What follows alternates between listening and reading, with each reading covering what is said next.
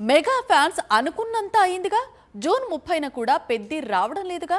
రామ్ చరణ్ ఎన్నిసార్లు చెప్పిన డేట్కి సినిమా వస్తుందని ప్రకటించినా డైరెక్టర్ మాత్రం నిదానమే ప్రధానం అంటున్నాడు. దీంతో పెద్ది మరోసారి జూన్కు పోస్ట్ పోన్ అయింది.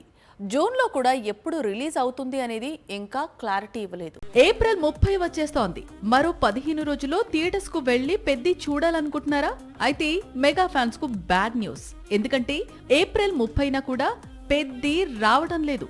ఈ విషయాన్ని నిర్మాణ సంస్థ అఫీషియల్ గా కన్ఫర్మ్ చేసింది. ఏప్రిల్ 30న పెద్ది రిలీజ్ కావడం లేదని, జూన్ లో థియేటర్స్ లోకి వస్తాడని చెబుతూ పోస్టర్ రిలీజ్ చేసింది. నిజానికి మార్చి 27ని పెద్ది రిలీజ్ కావాల్సింది. కానీ మార్చి 19న ధురంధర్ 2 రిలీజ్ ఉండటంతో అప్పటికి పెద్ది షూటింగ్ పార్ట్ ఇంకా మిగిలి ఉండటంతో సినిమాను ఏప్రిల్ 30కి వాయిదా వేశారు.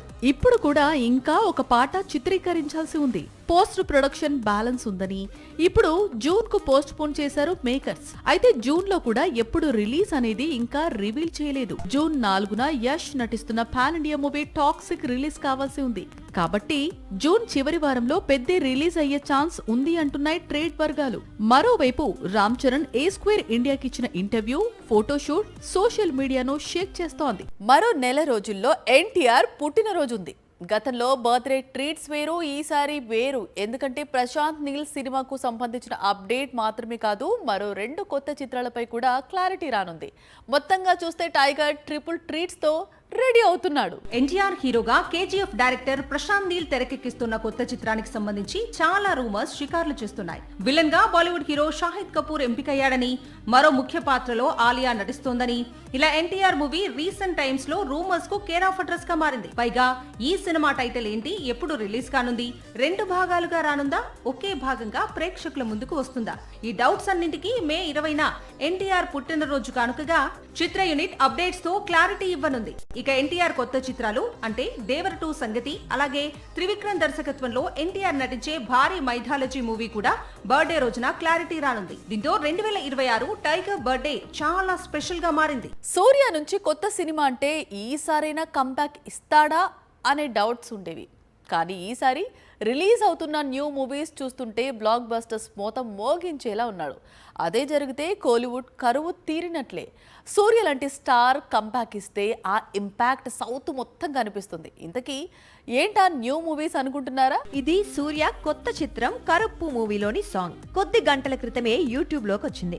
ఈ సాంగ్ చూసిన తర్వాత కోలీవుడ్ కు సూర్య గట్టి కంబ్యాక్ ఇవ్వబోతున్నాడనే విషయం అర్థమైంది. పైగా సక్సెస్ఫుల్ డైరెక్టర్ బాలాజీ ఈ చిత్రాన్ని తెరకెక్కించడం ముందు నుంచి కాన్ఫిడెంట్ గా కనిపిస్తుండటంతో మే 14న తమిళ సినీ పరిశ్రమ భారీ విజయంపై ఆశలు పెట్టుకుంది. తమిళంలో కరుప్పు, తెలుగులో వీరభద్రుడు పేరుతో మరికొద్ది రోజుల్లో ఈ సినిమా పూర్తి స్థాయి ప్రమోషన్ ప్రారంభం కానుంది. వీరభద్రుడు మాత్రమే కాదు, సూర్య డైరెక్ట్ గా తెలుగులో నటిస్తోన్న విశ్వనాథ్ అండ్ సన్స్ పై కూడా భారీ అంచనాలున్నాయి. జూలైలో రిలీజ్ కు రెడీ అవుతున్న ఈ సినిమాకు సంబంధించిన టీజర్ మంచి బజ్ అందుకుంది. మొత్తంగా 2026లో సూర్య డబుల్ ధమాకాకు రెడీ అవుతున్నారు.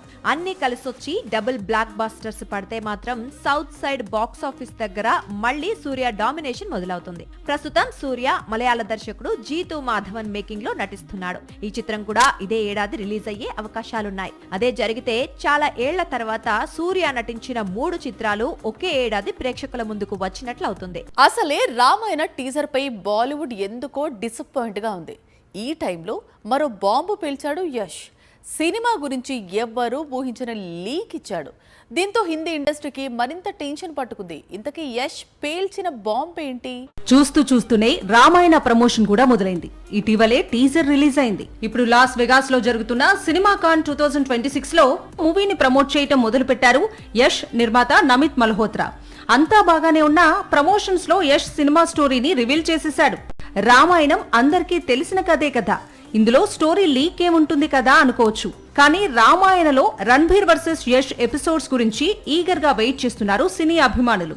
ఈ సమయంలో మొదటి భాగంలో తనకు రణ్బీర్ కు మధ్య ఎలాంటి సీన్స్ ఉండవు అని యష్ చెప్పడంతో సినిమాపై కొంతైనా ప్రభావం పడుతుంది కదా అని బాలీవుడ్ టెన్షన్ పడుతోంది. దంగల్ డైరెక్టర్ నితీష్ తివారీ తెరకెక్కిస్తున్న రామాయణలో రావణుడి పాత్రను కేవలం ప్రతినాయకుడి పాత్రకు పరిమితం చేయటం లేదని, గొప్ప వీరుడిగా, సంగీత విద్వాంసుడిగా, మేధావిగా, శివభక్తుడిగా పలు కోణాల్లో యష్ పాత్రను తీర్చిదిద్దినట్లుగా దర్శకుడు చెబుతున్నాడు.